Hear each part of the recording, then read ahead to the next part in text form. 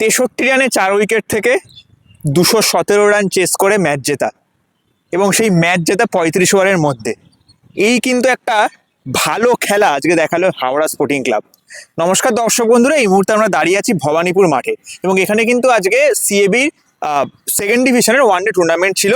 এবং জানেন আপনারা, প্রত্যেক দিনে আপনাদের জেসি মুখার্জি এবং সেকেন্ড ডিভিশন ওয়ানডে টুর্নামেন্ট ম্যাচের জটা আমরা পাচ্ছি, আপডেট দেওয়ার চেষ্টা করছি। সেরকমই একটি ম্যাচ আজকে ভবানীপুর মাঠে ছিল, হাওড়া স্পোর্টিং ক্লাব এবং জিমখানা প্রথমে ব্যাট করে 134 রানের মাথায় যখন 7 উইকেট খোয়ায়, তখন কিন্তু অপোনেন্ট দল ভাবে যে তাদের কিন্তু 150 রানকে 160 রানের মধ্যে অল আউট করে দেবে। কিন্তু তারা 9 নম্বর উইকেটের যে পার্টনারশিপ, সেই পার্টনারশিপ কিন্তু লম্বা চলে এবং 217 রান নিজেদের ইনিংস শেষ করে। সেই মুহূর্তে হয়তো তখন তারা ভাবে যে এই রানটাই হয়তো এনাফ। কিন্তু তারপর যখন হাওড়া স্পোর্টিং ক্লাব যখন ব্যাট করতে নামে, তখন কিন্তু পিচ দেখে যা বোঝা যায় যে নিউ বলে বোলারদের জন্য হেল্প হলেও বল যত পুরনো হচ্ছে তত কিন্তু ব্যাটিং সহজ হচ্ছে। এবং সেই ব্যাটিং সহজের জন্যই কিন্তু ওপেনাররা অনেক কম রানে আউট হয়ে যাওয়ার পরেও কিন্তু যখন তারা 63 রানে 4 উইকেট পড়ে গেছিলো, তারপর থেকে কিন্তু একটু উইকেট না খুইয়ে 35 ওভারের মধ্যে, যেমন আপনাদের জানালাম, যে 218 রান চেস করে নেয়। এবং এই ম্যাচের নায়ক যদি বলা যায় তাহলে কিন্তু শুভম জানা। এই শুভম জানা কিন্তু দলের যে 218 রান, তার কিন্তু বেশিরভাগ রান, অর্থাৎ মোর দ্যান 50% রান তার ব্যাট থেকেই কিন্তু বেরোয়। অর্থাৎ 113 রান মাত্র 63 বলে, 10টা 4 এবং 9টা 6 তিনি কিন্তু মারেন। এবং দুই দলেরই যখন কোচের সঙ্গে আমরা কথা বলার চেষ্টা করলাম, যদি এক দলের কোচকে আমরা পাইনি, তার অধিনায়কের সঙ্গে কথা বললাম, তখন কিন্তু তারা দুজনেই জানালো, দুই পক্ষ থেকেই জানালো যে এই মাঠটা, আমি আপনার ক্যামেরা পার্সনকে বলবো এই মাঠটা একবার একটু দেখাতে। এই যে মাঠের যে স্কোয়ারটা আপনারা দেখতে পাচ্ছ, স্কোয়ারের কিন্তু ছোট, অর্থাৎ স্কোয়ার মানে কিন্তু আমরা বুঝি যে অফ সাইডে পয়েন্ট পর্যন্ত এবং লেগ সাইডে কিন্তু স্কোয়ার লেগ পর্যন্ত।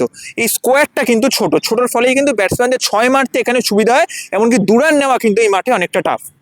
এবং যাই হোক, এই যে ম্যাচটা কিন্তু হাওড়া স্পোর্টিং ক্লাব অতি সহজে জিতে নিল।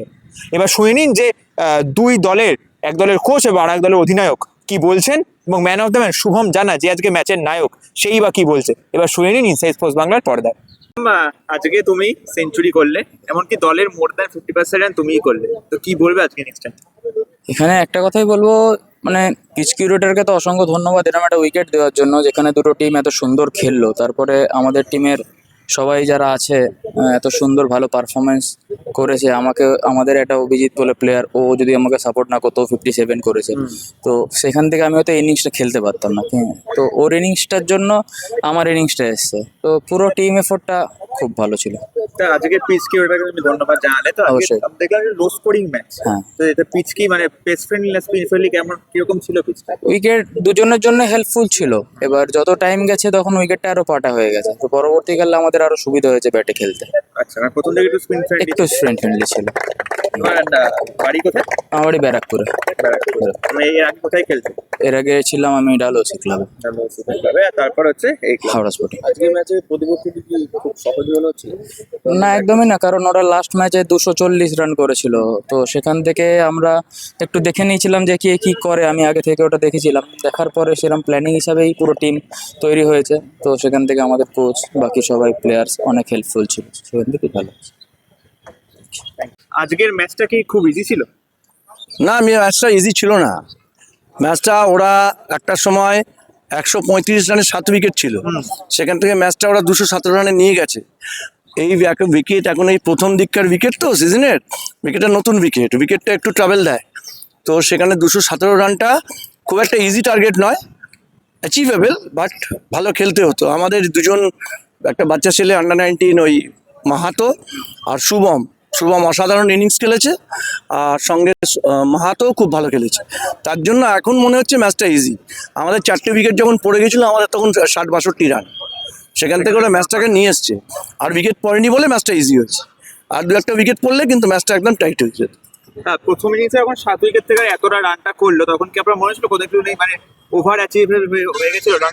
না, ওটা কোনে আমরা যখন 135 রানে 7 উইকেট, আমরা এক্সপেক্ট করেছিলাম ওদের পুরো 45 ওভার খেলতে দেবো না, অল আউট করে দেবো 160-70-এর মধ্যে। সেটা হয়ে যেত। আমাদের একটা ক্যাচ মিস হয়েছে, প্লাস একটা রান আউট মিস হয়েছে, কিছু মিসফিল্ডিং হয়েছে, যার জন্য রানটা ওখানে বেরিয়ে গেছে। কি মনে হচ্ছে কোন জায়গায় উন্নতি করবে ফিউচার আমাদের এখানে ছেলেদের একটু মানে ফিল্ডিং আর ম্যাচ টেম্পারমেন্ট, অনেকে নতুন ছেলে আছে, আন্ডার-19 আন্ডার-15 ছেলে আছে, তো তারা তো এই সেকেন্ড ডিভিশন ম্যাচ আগে খেলেনি খুব একটা।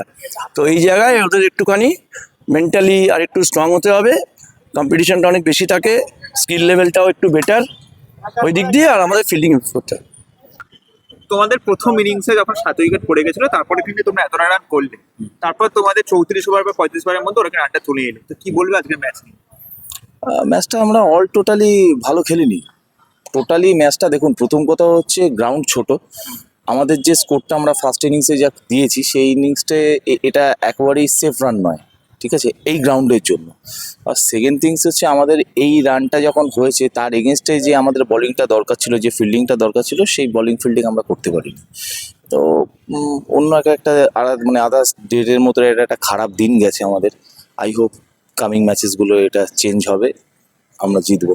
স্যার, প্রথমে তো 4টে উইকেট তাড়াতাড়ি পড়ে গেছিল ওদের, তারপর কি পিচটা কোথাও ফ্ল্যাট হয়ে গেছিল?